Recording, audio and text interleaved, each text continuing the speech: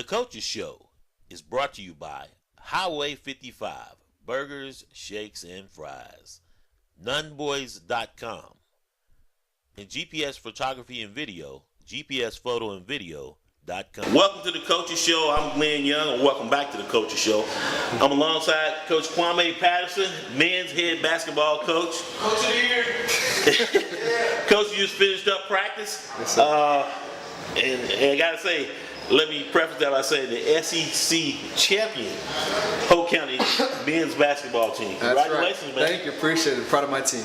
Rolled in there, was supposed to play Friday, got moved to Saturday. You feel that was an advantage for them, or disadvantage for them, or advantage for you? Both, actually. I thought it was a disadvantage for us because we were so amped up and hyped and ready to go, and I thought it was going to be a letdown going on a Saturday. But also, for them, I thought they would have probably had a bigger crowd if they had it on a Friday night instead of that Saturday afternoon. Because it was a senior night for them. That's right. Or senior day as it ended up. So coming back at noon, yeah, probably did play a little bit into that. How did you boys play overall? I mean, you ended up winning by 12, I believe? 13 or 13? I mean, was it what you expected? It was. No, I'm sorry, not what I expected at all. But we came in with a game plan and we stuck to it, and the guys executed it perfectly, you know. What was the game plan? Yeah, that's what you talk about. The game plan was just to make them work for their shots. Yeah.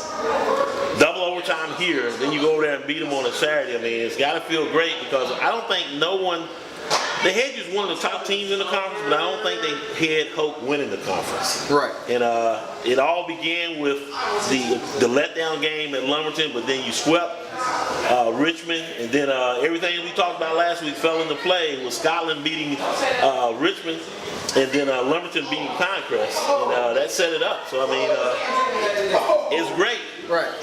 It was great. The guys played well. They came out. We started. I think the first quarter was 20-7. But then, as expected, Pinecrest is a great team, so they came right back, and it was a battle from then on. But they did a very good job of maintaining their energy and stuck to the game plan. Who were your top performers in this game? Wesley Baldwin, Dakota Cummings did a lot. Like in the books, I think he made 8 or 9 free throws. Okay. But he also handled the ball well and did a lot of things defensively that disrupted them. Wesley Baldwin, Dakota Cummings, and Devin Norwood. And Andre Pegues as well. Sorry.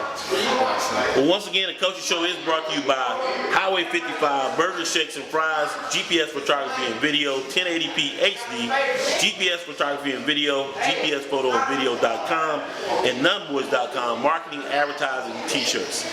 Coach, that's it. Waiting on another banner. When we come back, we got to talk about conference tournament as it opens this Thursday and playoff season. So we'll be right back. Welcome back to the Coaches Show. Coach, you just finished up practice. Pretty busy around here because the girls are playing tonight. It's conference tournament play opens up against Purnell Sweat here in a few minutes. And for a long time, as I talked to Coach Kelly Daniels earlier, they were talking about women's basketball in the playoffs.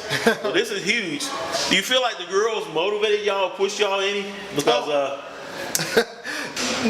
Not so much the coaching staff, but I know that a lot of the players in the past, they talked, it was always that, thing, if the girls win, the guys will win, or, let's just try to get a clean sweep. And this year, both teams have been pretty successful. So it's been a great energy boost as far as, let's win one just like the girls won one. Everybody's talking about Polk County basketball. The girls tip off tonight against Purnell Sweat.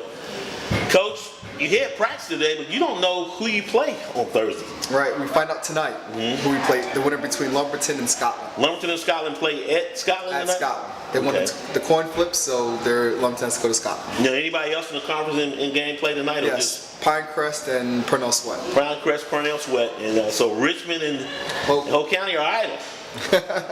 Do you care who you play on Thursday?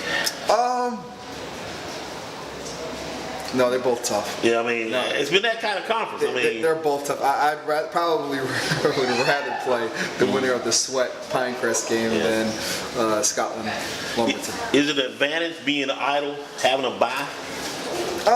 Or would you rather be playing? No, it is an advantage to sit and rest and analyze.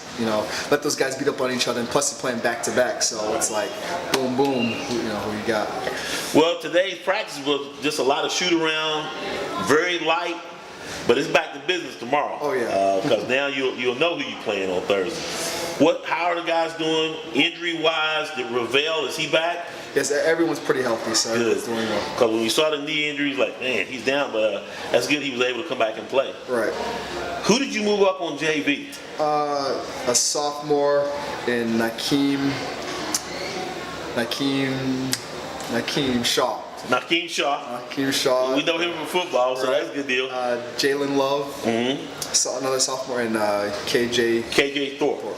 You know, well, you had sophomore. Sooner or later those guys were coming up sophomores, but I mean, they got moved up, but they're playing against Elijah Cummings, the freshman. He's been big all year.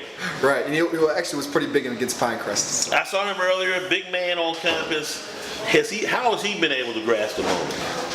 He's taken it in stride, actually. You know, he has his ups and downs, but he's never seemed to falter. He's always stayed in the straight and narrow, and even when things look bad, or turnover here and there, or going from a game where he plays every minute to the next game where he doesn't play anything, he still keeps his spirits up and brings that 100% effort every time. Well, it's huge going from middle school ball at Sandy Grove to starting on varsity playing basketball. I mean, the kid is pretty good. I mean, you think he'll get a growth spurt? I'm praying on that. I think he's like 5'9", 5'8", if that. I may gave him a half an inch or so. Well, Coach, now that you can relax for the rest of the evening, enjoy your son's birthday. I will. Gio, how old is he? 7 years old. 7 years old. So it was a light day, and it's always good to be on top and have that bye. That's right. As an advantage. But now, as you go into Thursday, right here at Hope County, we'll know who we play tonight later on. What's the game plan? What's the scouting report on who you think you'll play? It's probably Lumberton's the hottest team right now, but they're also playing at Scotland. Right. So you never know, it's a toss-up with that. But the game plan is going to be, we use the same things we did last game. Right. I think we gave away the Lumberton game, but we're going to use the same type of game plan, but add a couple more things to it that we kept for the conference tournament and the playoffs. And everybody looks back, I mean, if it coulda, woulda, shoulda, and of course the stars align, but everybody say, well, you should have got Scotland. Right. But in the end, everything worked out. Conference champs 2011, 12, 13, 14, and now 14 we missed it. 14 you missed it. But I'd rather hang that banner up again. I mean, how good is that? Oh, it feels so good to bring it back. You know, we kind of felt cheated that we didn't get a chance to play the tournament last year to get in the playoffs and stuff. But we did what we could this year and put ourselves in that position. The 3 goals every year: conference championship, getting to the playoffs, and the state championship. Oh, yeah. So we're about to look at that third tier of goals of where we want to be. How are we going to be looking in the playoffs? Do you care where you go? Obviously, the conference tournament is going to determine that. Right, but we would have a number 1 seed for being first in conference. But this year, it's looking really crazy because 2 years ago, Richmond was in the West. They did pretty well in the West. Then last year was Richmond and Scotland were in the West, and Pinecrest and Lumberton in the East. Wow. Well, this year, I think the whole SEC is going in the West. So we might, be in the Western side instead of the Eastern side. And could be playing somebody in the SEC in that first or second seed. Yeah, that too. But playing against someone from Charlotte or Winston-Salem or one of those schools is a lot different than going to Raleigh or the Beach. I always hate to look ahead. Assume we win the conference tournament because you always want to assume the best. Right. We would host a playoff game. I think we would probably host the first 2 rounds. Wow. So that would be huge. Well, Coach, I'm gonna let you get out of here. Enjoy the rest of your evening. Enjoy your birthday with your son. Congratulations. Thank you very much. SEC champs, Hope County High School.